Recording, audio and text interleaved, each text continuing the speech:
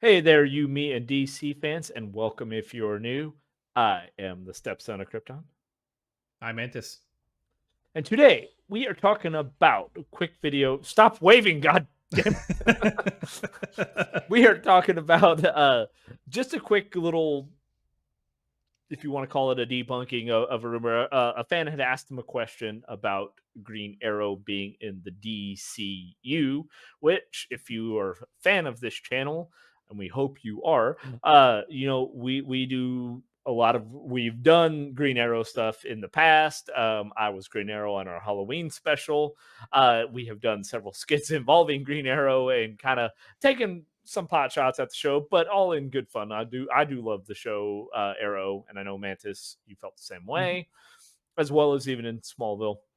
But we wanted to talk about the what he had mentioned in regards to what a fan had asked him. So, Mantis, are you ready to get on into the discussion? Yeah. You know, I'm gonna cut in right there is on Robin Hood Men in Tights when the one guy pulls the bow back and it bends, and he's just like, "That's exactly what I'm gonna cut in right there." Oh, just over top of you. All right, let's go.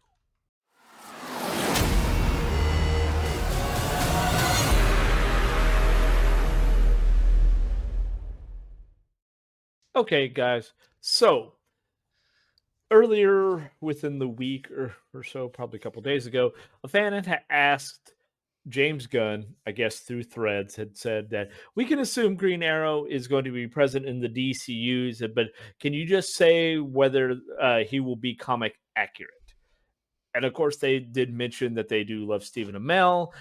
But like many, we basically think he's like Batman. Okay. Not wrong. At least in the first season. Okay, but here's the thing. So James Gunn had said, I suppose it depends on what you mean by comic accurate. All right. And then he has a couple of different clips where we see Green Arrow with Scooby Doo gang, and then obviously something from the comics.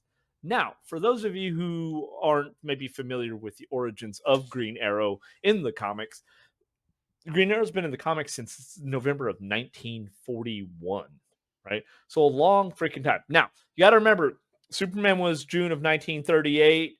Batman came in. What was Batman's first one? May of 1939. May of Let 1939, I me look. believe. Don't quote me on that unless you want to look it up while I continue talking.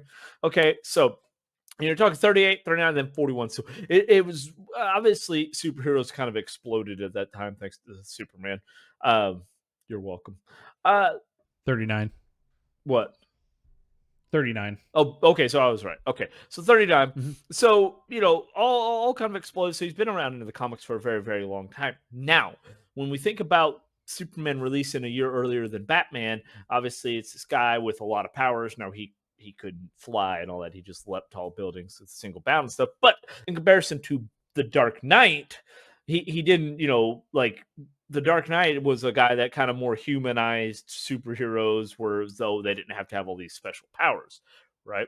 So naturally, if you create another character like Green Arrow, you're going to base it off of what's working, right? Which is a very, very popular comic, which is Batman. So when they say like yes, and Manson even just joke, yes, Green Arrow was a lot like Batman in the Arrow series on CW. Uh, The first season, at least. Versus, but you got to figure like his comic origins, they were basing a lot off of. Now there is, I think it's originally the comics kind of based off of the movie The Green Archer, which is then it was based off of a novel. Or book, let's just say. I don't know if you want to call It's it all a novel, incestuous. but it is. But it did. I have Batman influences, right? You got to think about like, okay, so we got a guy who's a vigilante, who is a billionaire playboy, who has martial arts skills. That he just happens to also be a fan of archery, and he was very good going through his teen years. He has the Arrow car, just like Batman had the Batmobile. He had the Arrow plane, like Batman has the Batwing, and he has the Arrow cave. right? The Arrow Cave shows up in 1941 in the comics. The same damn thing as the Bat Cave, right? So yes, they were like he was pretty heavily inspired by Batman even in the comics. Now, as you progress through the years, he's kind of more of a daredevilish, and I say daredevil, I mean kind of crazy-ish, like like will do crazy shit, which to be fair, Batman kind of is too. But he is kind of more of a smartass, kind of a like he's not as doom and gloom as Oliver is portrayed as Stephen Amell in the Arrow series, where I mean he is very just dark and brooding, right?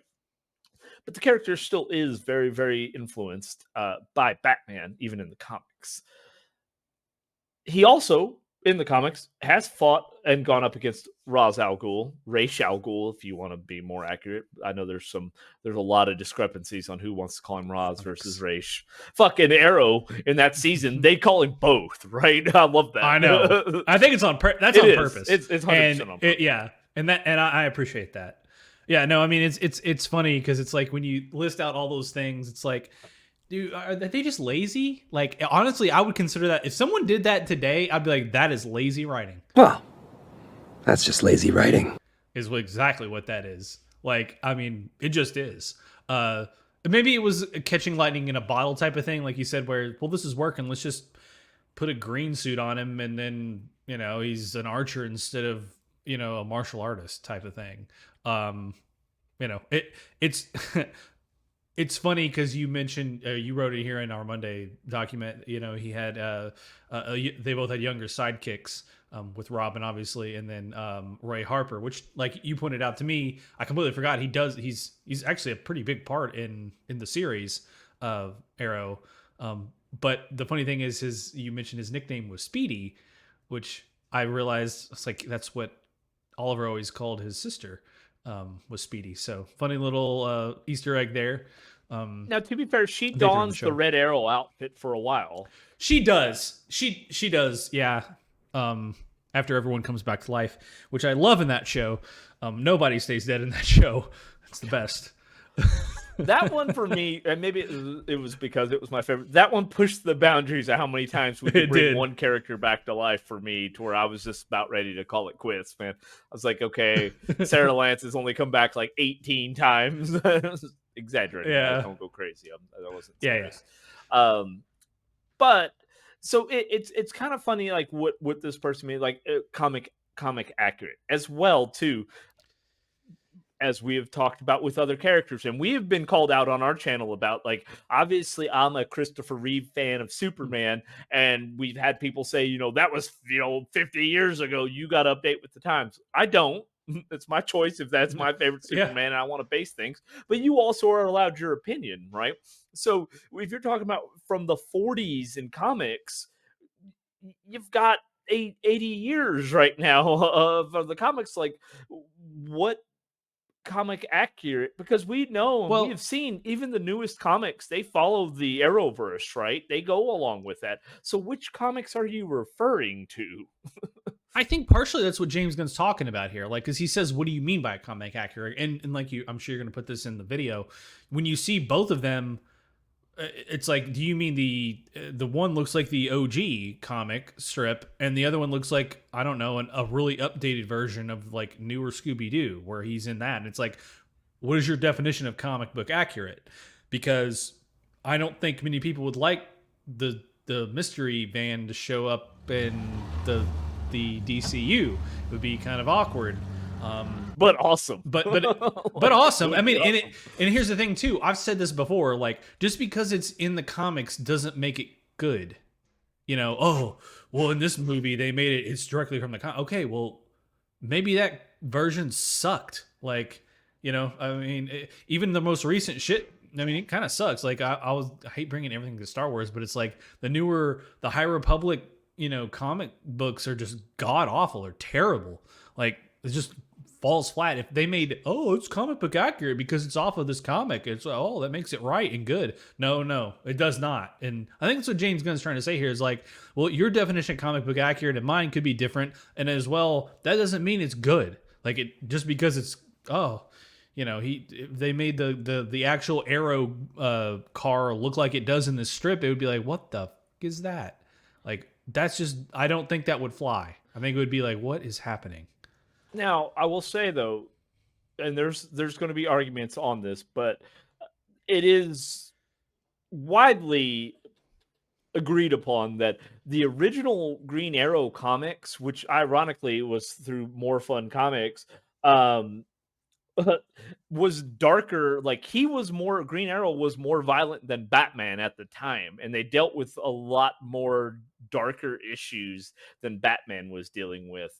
And also, to be fair, the Oliver Queen it got into a lot more political stuff, which we're not going to go into. But even back then, right, it weighed Yeah. more on that on the way his views were on things, and they were voiced a lot more than they say were in the Batman comics. But Arrow was actually more brutal than Green Arrow was more brutal than Batman in the beginning, where Batman had the pow and bang. Again, he's shooting arrows into people. Batman's just punching people. I mean, if he wanted to, he could cut their throats with the wing things on his side, depending on what suit he's wearing. But you're right, like the main weapon of Green Arrow is a freaking bow and arrow. Like, I don't think he's aiming for, like, how do you maim someone? Like, I feel like he's like, no, if I'm going to use this, I'm going to shoot to kill. Like, I'm not aiming for their legs. Like, why don't they just aim for their legs instead of shooting them in the chest? It's like, God, you're stupid. Well, first off, I'm trying to sneak into this, and if I shoot him in the leg, he's going to be screaming in pain. Yeah. Like, going to kind of give away the element of surprise here. Like, shoot him in the throat, he can't scream anymore. Now, which also is what made season 1 of Arrow so awesome, is he was just ruthless in that motherfucker. Like, maybe some of the acting, like as far as like when they tried to do the emotional scenes, wasn't like top tier. I don't fucking care about that, right? I cared about that Stephen Amell throughout the entire series did a lot of his own stunts, so it looked good. He was, they did a lot of good scenes, and he was just merciless as fucking murking guys. It was awesome. Love that. Again, a little bit darker than what Batman was, because also Batman has he's always had like a no killing rule for a very long time in the comics. Not always, but for a long time in the comics has always had, where earlier on in the comics, again, kind of like we saw in Arrow, Green Arrow wasn't quite so merciful with people. So yeah, I don't know. Like, again, comic accurate. That's one person's opinion on probably a select set of comics, whether it be the original comics, whether it be more of the nowadays. What is comic accurate? And we have done a video on comic accuracy as far as when they go too far outside of the comic realm. Especially with more unknown characters, like say Booster Gold. Now, for people who know, like, we have seen 2 live actions of Green Arrow, originally in 2006, I believe it was, in season 6, maybe 2007. In season 6, I think it's episode 2 of Smallville, Justin Hartley, we see him as Oliver Queen. Find out he's the Green Arrow at the end of that, which ironically I just mentioned Booster Gold. In season 10, we do get to see he not only is Green Arrow in there, but Booster Gold shows up as well. And then obviously Stephen Amell played him from 2011 for 8 seasons. Even though the last one was a little bit shortened, and I crossed 5 different. He played Green Arrow on 5 different CW shows. It's pretty impressive. So, yeah, and again, James Gunn's tweet kind of, I think he's going to do what he wants to do with the character, because if you just say he's comic accurate, and this is why he brings it up, is like there's many definitions. You said it, like my version may be different than your version of comic accurate. That's not to say he's not going to take bits and pieces from different things. I tend to believe, obviously he was being facetious here of showing the Scooby-Doo, like he's trying to make a point. I don't think he's ever going to take I don't think he's going to take that version of Green Arrow, even though it would be kind of funny. I don't think he's going to do that. It's going to be more the traditional version of Green Arrow that we're thinking of, if he decides to put that in there. He didn't, and it said, the poster of this who asked him, he's like, we can assume Green Arrow is going to be in there. James Gunn didn't deny it. But he did also like you said, the wording. He's very particular about what he says and the way he words it. He says, "I suppose it depends on what you mean by comic book accurate." He didn't say no, he's not going to be in it. He said it depends on what you mean by comic book accurate, and to me that means yes, at some point Green Arrow is going to be in the DCU. Which I would love to see. I do think though, like, and what we've kind of seen more in like the Justice League Unlimited cartoon, and even the original Justice League cartoon, where he's older, like, and he's got the goatee going on. That happens when he's kind of a little bit more on the older side.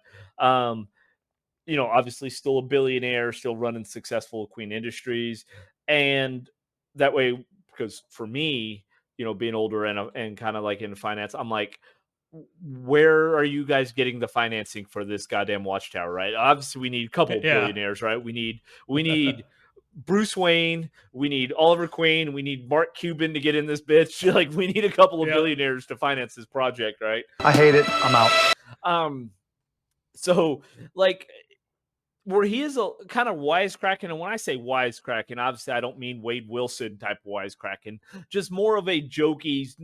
He's a little more lighthearted, right? Because what you will need is you will need a separation from a Green Arrow and a Batman, because of how they are very similar in their origin, as far as like how they are in the comics and things like that. They are very similar and they share very similar things. You will need to separate them, right? Have the dark and broody Batman and have the more wisecracking, and then also kind of more reserved Green Arrow, where he thinks things out a little more, because obviously he's had the wisdom of experience, right?